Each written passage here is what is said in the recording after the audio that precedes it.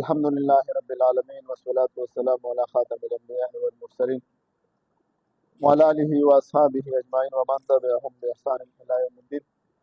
علماء کرامو د رد الالحاد درسونه روان دي. نن 15 نمبر درس تاسو مخې ته بیانوي. موږ ملحدینو سره دعوا او جواب دعوا کې درې اصول پرون ویل. دوستانو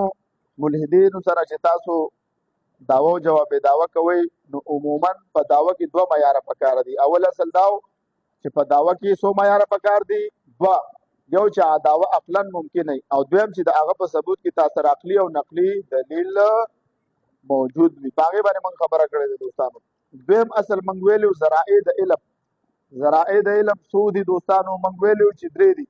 اسباب العلم ثلاثه: الحواس سلیمه والخبر صادق والعقل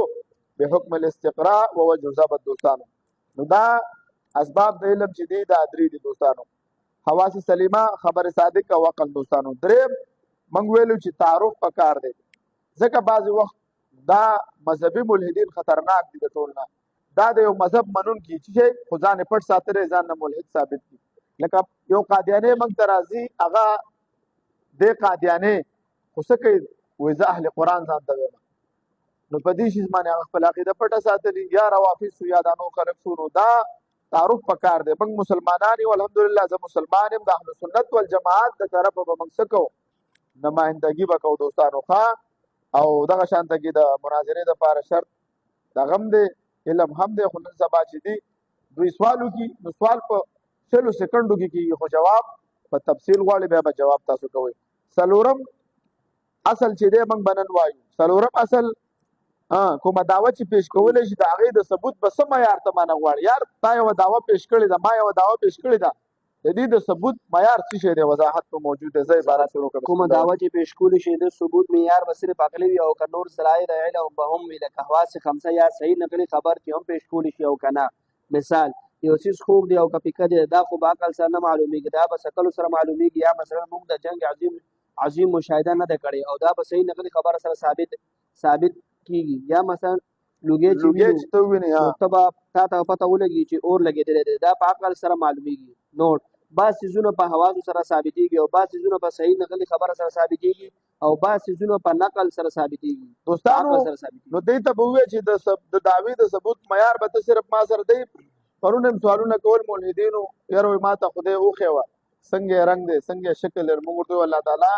د رنګ او د شکل او د دې دغه نه پاک دی، د جوهر او د عرض د جسم د صفاتو نه پاک دی. بل ښودل چې موږ کوو دا به حدیث وي الله د حدوث د صفت نه پاک دی. دوستانو الله تعالی چې دا قوانین، الله تعالی چې دا کائنات پیدا کړی، نو الله تعالی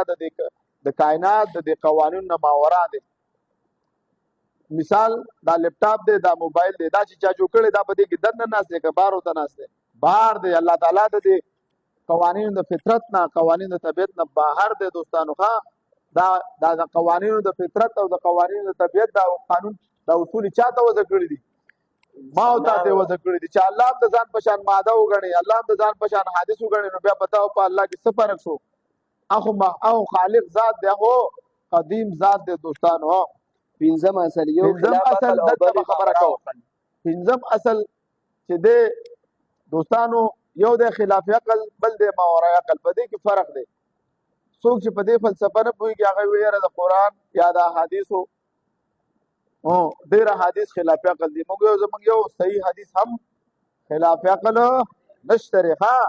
دا به تاسو یاد ساتئ دوستانو. ابه ماورای عقل نه بار خبرې دي. ملحدین به تا باندې سوال کوي. د ملحدینو اکثر سوالات دی اصل حل کړي دي. یاره وایي د اسلام ډېرې خبرې غیر عقلي دي. څه دي؟ غیر خلاف عقل دي. ولې بابا؟ یاره وایي په جنت کې به د انسان قد راځي په روایتو کې چې 130 فوټه 133 فوټه به اوس 45 فوټه دی. دا خلاف عقل دی. یاره وایي په جنت کې به یو ونه چې تیز رفتار اس بسئ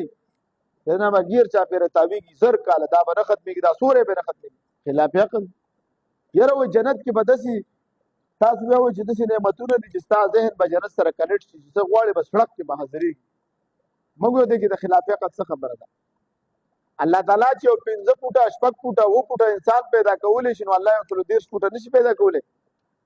الله تعالی چې یو وړه ونه پیدا کولی شي، نو الله تعالی غټه ونه نشي پیدا کولی. یو انسان چې په دنیا کې دونه فاست کنیکټینګ کولی شي دا تاسو چې کوم خلک لایف راځئ دا لایف راتللو کې څوک په امریکا کې او څوک په جرمني او څوک په یورپ او څوک په ایشیا او څوک په افریقا کې مختلف براعظمونه دي دا په یو سکند کې راجمع کړي دي د یو د الفاظ موري د الله خوځوله موري نو چې انسان دونه فاست کنیکټینګ کولی شي د رب کنیکټینګ ته به به سو چې جنت کې ستا ذهن کنیکټ شي جنت سره بلوټوث ولګېږي تصور کوه حاضرېږي به نن خو دا ما او تا په معاشره کې وینو دا لاس ورمخکې که بمبه به د لوبه راپرېږدي لاس دې خوا که اوبه به بندې شي ګیټ ته ورمخکې شه ګیټ به دله کولاو شي ګیټ نه راوروسته شه نو دې ګیټ کې دا دونه چې کنیکټینګ انسان کولی شي د الله کنیکټینګ به څونه دا نو دې اصل ډېر مسلې حل کړي دي خلاف عقل څه ته وایي ماورای عقل څه ته وایي خلاف عقل فلسفه دا د دوستانو خلاف عقل دې ته وایي چې د ده په ناممکن کېدو دا به د نه سبا ورم ټولو نه په یو خپه ودرېږئ ګوره چا نوم یاد کړی خلاف عقل څه ته وایي خلاف عقل دې ته وایي دا ولیکئ ځان سره په زړه ولیکئ خلاف عقل دې ته وایي چې د ده په ناممکن کېدو خلاف عقل څه ته وایي د ده په ناممکن کېدو تا سره دلیل عقلي موجود وي سم ویل مولوي صاحبانو په ده په ناممکن کېدو باندې دا سره عقلي دلیل موجود خلاف عقل دې ته وایي چې تا سره یو داسې دلیل عقلي موجود دی چې ته وایې چې دا ناممکن ده مثال راکړه مولوي صاحب دا ورځ ده که دا شپه ده دا ورځ ده که شپه ده ورځ ده شابسي اوس یو سړی دا ووکړي چې بهی په پېښور کې شپه هم ده ورځ ده دا خلاف عقل ده یا به ورځ یو یا به شپه دا عدد دا پنځه دی که څلور دی اوس دلته بل یو کس پاسېدو یو ملحد پاسېدو چې دا عدد پنځم دی او څلورم دی موږ ورته دا خلاف عقل دی دا عدد به څه وي یا به څلور یا به پنځه دا نه ده چې دا د څلورم شي دې ته خلاف عقل وایي یو دلیل عقلي موجود دی د دې په باطلوالي دا دعوه وکړله دې باره کې موږ دعوه وکړه چې دا څلورم دی او پنځم دی په یو وخت کې څلورم دی او پنځم دی نو دا خلاف عقل شوه ولې تا سره څه شی موجود دی دلیل عقلي موجود دی چې مولوي صاحب دا یا پنځه دی یا څلور دی دواړه په یو ځای نشي کېدلی پوه شوئ که پوه نه شو داسې نور مثالونه دي چې نور هم مثالونه دي لکه باران شته او باران نه شته یا به باران وي یا به نه وي داسې ده که نه ده دوستانو یا به ورځ وي یا به شپه وي نو دې ته خلاف عقل وایي ماورای عقل څه ته وایي چې زموږ عقل تجربو کې نه دي راوستي څه دي تجربو کې نه راوستي تا نه څوک سوال وکړي چې ماورای عقل څه ته وایي د عقل د تجربو نه بهر دي څه دي لکه د جنت تصور د آخرت تصور د الله تصور د ملایکو تصور د معجزاتو تصور دا د عقل نه بار خبرې دي دوستانو په ده به ایمان راوړي څه به کوي دا د رښتونې خبرې صادق سره ثابت دي خبرې صادق چې نه منې نو تا چنګیز خان لیدلی دی تا هلاکو خان لیدلی دی تا سکندر اعظم لیدلی دی تا تېره شوي ماضي زمانه لیدلې ده نه دي ده لیدلي ولې منې مستقبل تا لیدلی دی ولې به یقین کې د موجود کېدو دپاره خو تا مخکې اصول ویلي که نه څه دي ویلي دي د موجود کېدو دپاره وی را سره مشاهده کول او محسوس کول لازم نه دي دوستانو ضروري نه دي ښه وضاحت تاسو شکر دی اوس دا اصول ویلي دي زه عبارت اوس مخکې دی پنځه مسلې یو اختلاف عقل او بل ماورای عقل په دې دواړو کې فرق شته او که نشته ځکه یو څیز په ماورا عقل وي هغه څیز په تا ته خلاف عقل ښکاره کېږي وضاحت دعوه په هغه پیش کولی شي چې هغه عقلا ممکن دعوه په هغه پیش کولی شي دعوه عقلا ممکن وي ممکن یعنی د عقل نه به خلاف نه وي او دویم دا دی چې د هغې د ثبوت دپاره صحیح نقلي خبر موجود وي اعتراض مولدین وایي د اسلام ډېر عقاید غیر عقلي دي تاسو په نظر کې یو کوم عقیده غیر عقلي ده سوال کوم چې تاسو په نظر کې کوم عقیده غیر عقلي ده او کوم عقیده مقانه ده جواب د اسلام یو عقیده هم خلاف عقل نه ده البته تاسو ماورا عقل او خلاف عقل نه پیژنئ تاسو ماورا عقل ته خلاف عقل وایي د خلاف عقل او ماورا عقل په فلسفه باندې ډېر خلک نه پوهېږي نو دوی په خپله هم دوکه شي او نور خلک هم دوکه کوي لکه ملحدین چې ماورا عقل ته خلاف عقل او خلاف عادت وایي د خلاف عقل وضاحت اول به موږ وضاحت وکړو چې خلاف عقل څه ته وایي او خلاف عقل دې ته وایي چې هغه څیز په ناممکن کېدو باندې دلیل عقلي موجود وي که داسې څیز په باره کې څوک خبر وکړي هغه به غیر عقلي وي نو که داسې څیز په باره کې یو خبره وکړي نو هغه څیز به رد کولی شي لکه څوک چې وایي چې په فلانکي مقام باندې شپه او ورځ دواړه موجود دي نو دا خبره اوس خلاف عقل ده ځکه د دې په ناممکن کېدو باندې دلیل عقلي موجود دی چې کوم ځای کې شپه وي هلته ورځ نه وي نو دا دلیل شو د دې د باطلوالي باندې چې شپه ورځ دواړه جمع کېدل غیر عقلي دي یا بل مثال لکه څوک چې وایي چې څلور د پنځو سره برابر دي څلور عدد د پنځو سره برابر دی نو دې په ناممکن کېدو باندې دلیل عقلي موجود دی چې د عدد یا به پنځه وي یا به څلور وي دواړه جمع کول غیر عقلي دي نو دا به رد کولی شي. د خلاف خلاف عادت عادت وضاحت. ته وایي د دې وضاحت صاحب سم خلاف عادت دې ته وایي چې کوم اصل عجیبه کې دا خبره ما د منطق اصطلاحات دي ټول موږ په ساده پښتو کې دا کړی دي. ما چې کله د الحاد دا کو ما د مرګور چیرې دا ساده انداز کې پکار دی دا فتنه عوامي فتنه دا په دې عوام په ول پکار دي. په دې خبرو سره خلک نه پوهیږي. ما دا قاری شفیع الله سے دا خیر روافض خلاف شرازی لای ما دا ویل ته د سادسي طالبان د دین جوړ کړل. ما یې دین نور څنګه آسان کوم دا نو د علم الکلام یې صدق نه ده او شرع العقائد د جوړ کړل. نو اوس موږ مجبورې نه نور خو په پښتو کې دین خو نور هغه آسان نه آسانېږي چې هغه د منطق هغه د اصطلاحات هم پکې موږ په پښتو کې دوی ته بیانو دوستانو. نو دا یو لکه سخت فن دی خو کوشش کوئ چې دا ستاسو ذهن کې کېني. خلاف عادت خلاف عادت وضاحت. خلاف عادت د توای چې کوم عجیبه خبره واوري او کوم دلیل عقلی تاسو داسې موجود نه وي چې دا سره دا خبر ثابت شي چې دا سیز داسې کېدل ناممکن او عقلي طور باندې محال دی. خلاف عادت سیز لیدو سره یا اوریدو سره په اول کې خلاف عادت یو سیز ته ولیدو اول ځل لیدلو سره تا ته تعجب کیږي یو ناشنا کار دی ولیدو دا ستاسو د عادت نه خلاف دی. لکه دا دغه نه اور کار څه شي دی سوځول دی او دی اور صفت د سوځول ونه شو دا استاد ته خلاف عادت کار کوي. خلاف عقل دا نه دی دوستانو.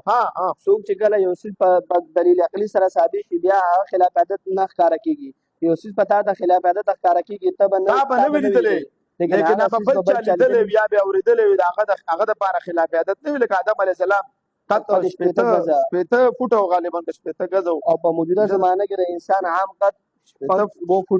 فوټه وي شابه. اوس دلته مولدین سوال کوي چې دومره لوی قد خلاف عقل دی نو موږ د دې نه مطالبه کوو چې داسې دلیل بیان کړه چې د هغې نه دا خبره ثابتېږي چې لوی قد خلاف عقل دی یا لوی قد والا انسان ناممکن دی. د دوی سره داسې دلیل عقلي نشته چې د هغې کې وضاحت وي چې لوی قد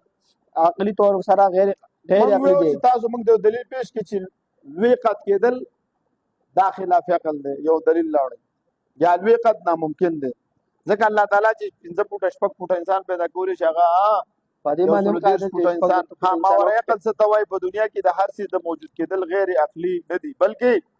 اکثر ماورای عقل دي. کوم چې زمونږ عقل کې ناراضي لکه د ځمکې دوه قسمه گردش اوس وایي 3 قسمه گردش کوي. یو محور کې یو مدار کې. محور کې 24 غنټو کې تاویږي او مدار کې کال کې تاویږي. اوس دا زمونږ عقل کې ناراضي یا دا په 23.5 زاویه باندې ښکته ده ملای سره ښکته ده دې سره وایي دا موسمونه بدلېږي او شپه ورځ راځي دوستانو. اوس دا یا د سمندر اوبه شاربل کېږي څه کوي باڼې چغې پکې اچولې ده هغه دغه چې هغه شوملې چې شار بیا قشی جوړ کړی سپوږمۍ دا کار کوي. دا زمونږ عقل کې ناراضي دوستانو. د سپوږمۍ د دنیا سمندر اوبه شاربل یا ساینسي تجربات هر څه نشي مشاهده کولی. خدا کارونه خلاف عقل هم نه دي بلکې اکثر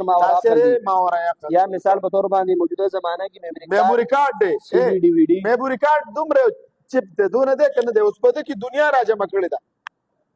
تاسو سوچو کې ډي وي ډي ته وګوره دوستانو سی ډي ته وګوره هر قسمه ویډیوګانې پکې موجود دي. د پاره سکول د مارو عقل خبر ده چې په یو بیجانه سیس کې تاسو محفوظ کړئ او بیا په وخت ضرورت دی به تاسو باندې مختلف سوالات کې نن ګوره ساينس دا ټولې مسلې موږ لال کړې دی به الله په کومه ژبه کې خبرې کړې دي دی وی موږ ورته الله تعالی خبرو کولو د پاره چې به ته احتیاج الله د پاره کا کلام نفسي زمون صاحب درا ویلم دې کنه دې شرع العقائد ویلې کنه کلام نفسي د الله د پاره ثابت ده. کلام نفسي وضاحت موږ څه کړو چې داغه هغه معنا موضوع له چې د کوم د پاره الفاظ وذکول شي د دې د دنه دغه کیږي په د دې نه یا تعریف کیږي په یا په دغه سره اشاره سره یا په عبارت سره دوستانو. یو سیز دی دا کتاب دی دا ماولی کولو سمېږو دا کتاب ماولی کولو دا زما الفاظ دي خو زه نه وایم خدا ته ویل دا د سوچ لکه دا زما الفاظ ته ویل او نن سبا وخت کې چټ جی پی ټي دا ګوګل دی دا تاسو سره خبرې کوي دا جبل لري چټ جی پی ټي دا ګوګل څخه جبل لري څنګه تعالی جوابونه درکوي. نو دا خبرو د کول لپاره چې شي جبل ضروري نه دوستانو. دا خبر د نن 200 کال مخکې خلکو ته خلاف عقل ښکارا کېدو ځکه هغوی د دې نظیر نه دا ویل چې څنګه بغیر د ژبې به خبرې کېږي. نن دا ولیدل کړم 200 کال مخکې ګوګل نه دا ترانسلیشن او تاسو سره نن څه کېږي خبره د کمپیوټر در سره خبرې کوي دوستانو بغیر د ژبې بغیر د ذهن بغیر د پوهې نه دوستانو. همداسې اسلامي عقاید هم او عقل وي البته ملحدینو د خلاف عقل ښکاره کېږي او د دوی سره یو دلیل عقلي نشته چې د اسلام عقاید غیر عقلي دي د دوی مرا عقل د خلاف عقل وایي او ځانونه په دوکه کې اچوي وضاحت د ماورای عقل هغه دی چې خلاف عقل نه دی لیکن په عقل کې نه راځي ولې نه راځي تاسو ته سوال دا دی چې عقل کې ولې راځي ځکه هغه عقل دغه نظیر نه ویلی دی منګه دغه نظیر نه دی لیدلی او په تجربه کې موږ نه راوستي کومه چې عقلي تجربه ده مثلا الکترون د مادې درې اجزا دي الکترون پروټون او نیوټرون دوستانو نیوټرون ښه دوستانو دا یاد ساتئ مثلا مونږ الکترون نشو لیدلی البته د هغې اثرات محسوس کوو اثرات محسوسولی شي یا ګریویټیشن دی ګریویټیشن دا بروله دا به لاندې راځي دا ګریویټیشن اوس اثر موږ څه کوو دا محسوسو خو لیدلی نشو دوستانو یا ساینسدان وایي چې یو ستاره ماته شي هلته بلیک هول جوړ شي او په دې بلیک هول کې ټایم هم نه وي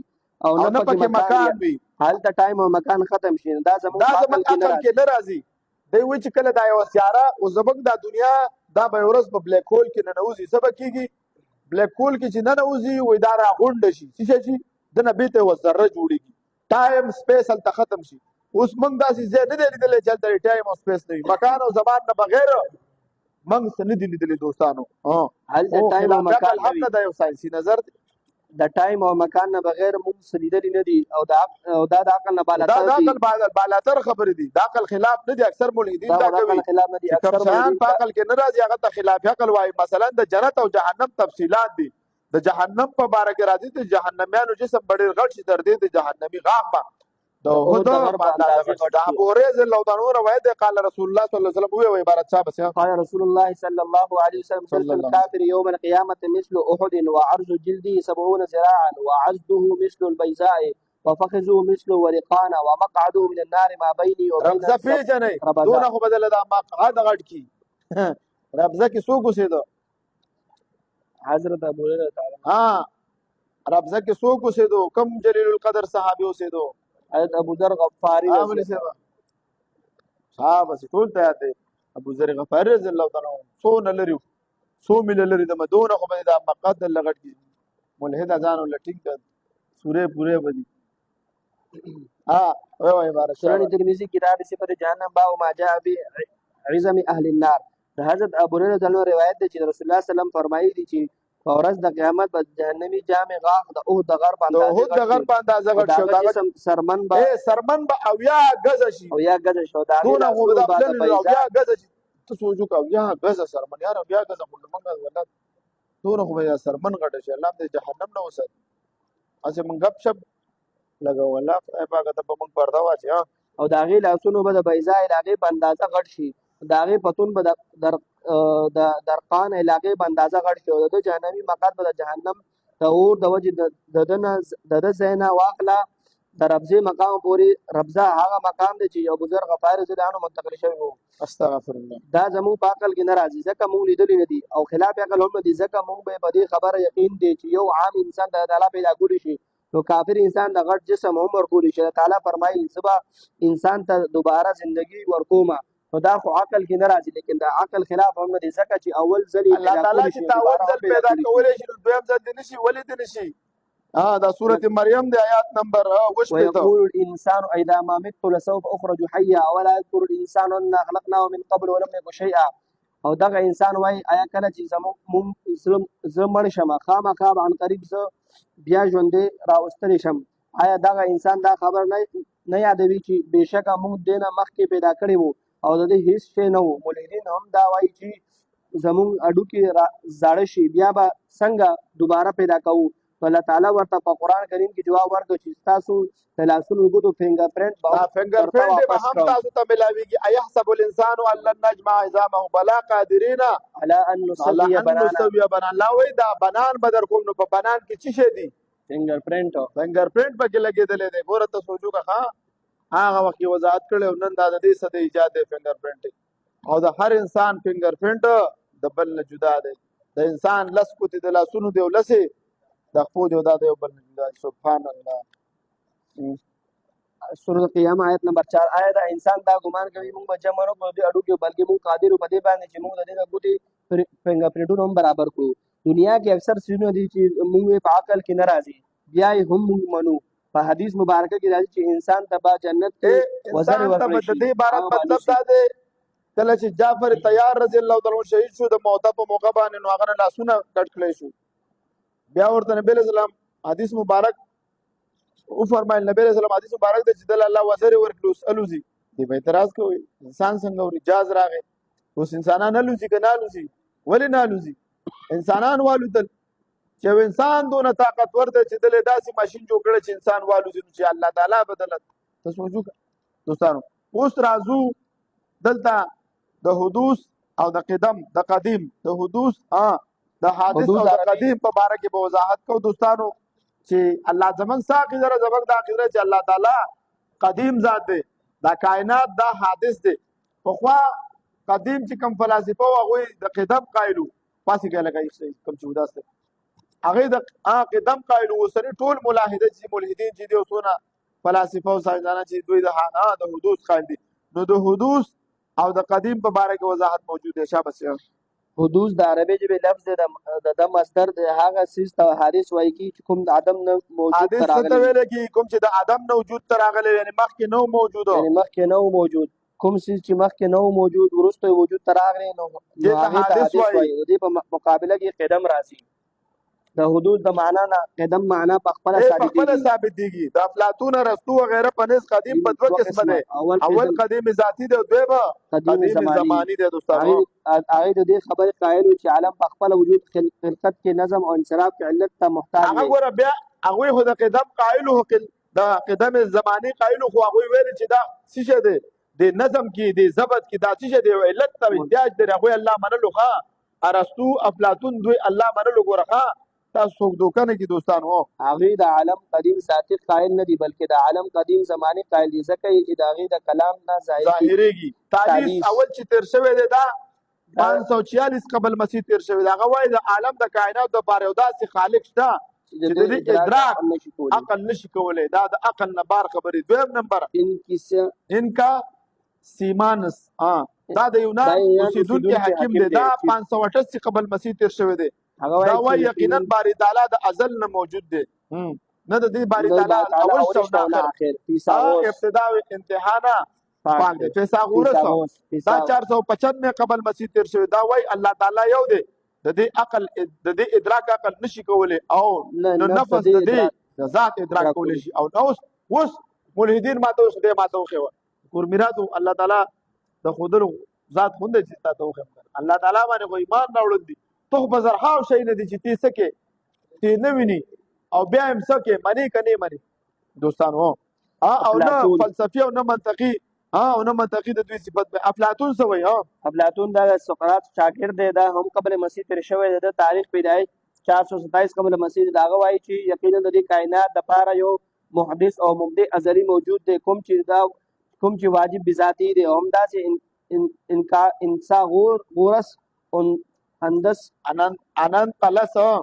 سقراط ارسطو سکندر رومی وغیرہ قدیم فلسفه جل جلاله د وجود قائل دي. وضاحت د دې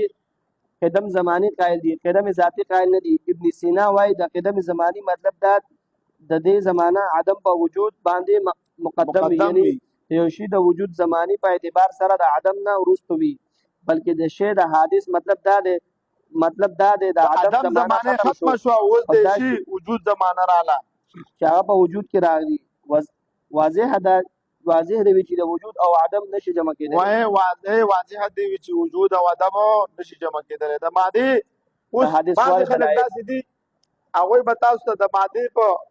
قدم باندې دلایل وایي تب ورته د ماده په حدوث دلایل بیان کې سبو کې هغه د راجمع کړي خپ آسان انداز کې زر ویوا. اول دلیل ماده همیشه په حالت د حرکت او سکون کې ده او سکون او حرکت خدا حادث دي. ماده هم حادث شو چې چرته ماده دوستانو د دې وره زبل دا ماده همیشه په حالت د حرکت او سکون کې ده کنه حرکت کوي ماده حرکت کوي سکون کوي سکون او حرکت حادث دي نو حادث شو. اوس کچیرته ته ماده ازلی وګڼي ته وې چې ماده ازل نه روانه ده نو په دې کې تغیر او تبدل کیږي کنه کیږي ولې نه کیږي. دا ماده اوس زما په جسم کې موجوده زما په دې صورت کې موجوده ده چې مړ شم دا ماده به بل څه ته کنورټ شي دنه بس شي دا زما جسم به الله ژوندې وساتلو الله پاک وی امانت به د لحد په منځ کې پروت وي امانت به د لحد په منځ کې پروت وي که چا ځان کو امانت په دې دنیا نو موږ سوال کوو چې پروردګار زموږ جسم تر قیامت پورې د چینجو خوراک نه محفوظ وساتي پروردګار په خپل فضل سره موږ ډېر ګناهګار یو دا سوال کوو نو دوستانو دا جسم خراب شي دا ماده څه شوله تبدل شوله نو ماده همیشه په حالت د حرکت او سکون کې د سکون او حرکت حادث دی نو ماده اوس که چیرته ته ماده ازلی وګڼې نو په دې کې تغیر او تبدل همیشه کیږي نو حدوث او قدم نشي جمع کېدلی ځکه تغیرات حادث دي او که ماده قدیم شي نو په دې وخت کې تناقض راغی په دې پوه شوئ دویم دلیل ماده غیر مادي ده ځکه که یوه ماده د بلې نه پیدا شي بله به د بلې نه پیدا شي دا به دور او تسلسل راځي دا باطل دی ځکه ازلي څیز کې دور او تسلسل نه راځي دریم نمبر په ماده باندې زوال راتلل په ماده باندې زوال راتلل د مادې د حدوث باندې دلالت کوي ځکه په قدیم باندې زوال نه راځي دوستانو څلورم دلیل د مادې په حادثوالي باندې یو دلیل دا هم ده چې د دې صفات فانی دي چې دي صفات فانی او فانی څیز قدیم کېدلی نشي ځکه قدیم فانی نه وي که چېرته ماده قدیمه وګڼئ نو صفات به هم قدیم ګڼئ حالانکه تمام فلاسفه د مادې د فانی کېدو نظریه لري ځکه دا قاعده ده چې کوم څیز چې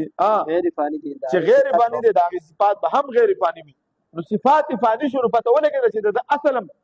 فانی دی چې ماده د دوستانو که چېرته صفات حادث وي نو قدیم به محل د حوادث وګرځېږي دوستانو پنځم دلیل پنځم دلیل قدیم په خپل وجود کې بل چاته محتاج نه وي قدیم دی قدیم په خپل وجود کې بل چاته محتاج نه وي بلکې صفت د قدیم په ماده کې نشته ځکه ماده متحرکه ده او د متحرک دپاره په خپل وجود کې محرک ته احتیاج لري چې هغه الله تعالی دی اووم دلیل د حدوث مادي د یو شپږم دلیل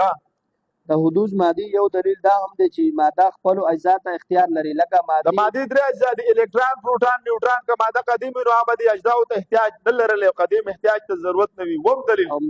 د مادې د حادثوالي یو دا دلیل هم دی چې ماده اجزا لري او کوم شی چې اجزا لري هغې دپاره تقسیم راځي او کوم شي کې چې تقسیم راځي هغه دپاره خامخا مقسم وي او کوم شي کې چې تقسیم راځي هغې کې ترکیب وي او کوم شي کې نو ماده مرکبه شو نو لابودي ده د ترکیب ورکوونکي نه او کوم څیز کې چې ترکیب راځي هغه قدیم نه وي دوستانو تم دلیل نو دا په دې دا ملحدان په دې خبرو څه پوهېږي دا جاهلان په دې څه پوهېږي دا خو د علم خاوندان خبرې کوي دا خو د منطق فلاسفه چا منطق ویلی فلسفې ویلی علم نه خبر وي نو په دې به پوه شي هغه غریبانان خو صرف د کاغذونو دپاره بس اسلام یې پرېښی دی اسلام نه دي خبر اصولو نه دي خبر او راشي په اسلام به اعتراضات کوي اتم دلیل محدین سوال کوي ماده ځکه قدیم ماده ځکه قدیم ده چې د مادې په حدوث باندې موږ سره دلیل نشته دونه دلایل دی نه مني د مادې په حدوث باندې ګڼ دلایل موجود دي په ماده کې شعور نشته په ماده کې حیات نشته په ماده کې عقل نشته ماده محتاج ده خپلو اجزاو ته پروټون نیوټرون او الکترون ته د مادې صفات حادث په قدیم صفات کې حادث څنګه جمع کېدی شي سوال ملحدین سوال کوي ماده په خپل اصل کې موجود ده ځکه قدیم ده جواب ماده کله هم په خپل اصل کې نه ده موجود شوی بلکې کله بیگ بینګ کېدلو نو هغه وخت کې مادې سره ضد ماده پیدا شوه کومه چې اوس غایبه ده او دوستانو دغه خپله د ساینسدانانو دا نظر دی یوه لو حراره او دا چې ګڼ ساینسدانان دوی وایي چې بیگ بینګ نه وروسته څلور شی نه پیدا شوي چې یو دی زمان یو دی مکان ټایم سپیس ماده او توانایي انرژي چې ورته وي دا څلور خبرې نو چې ماده په خپله دوی حادثه ګڼي خو ملحدین اوس د مجبورۍ نه وایي چې څه کوي دا انرژي توانایي وای دا نه ختمیږي او نه تبدیلیږي حالانکه دا خبره د دوی د ساينس او د منطق د ټول نه خلاف ده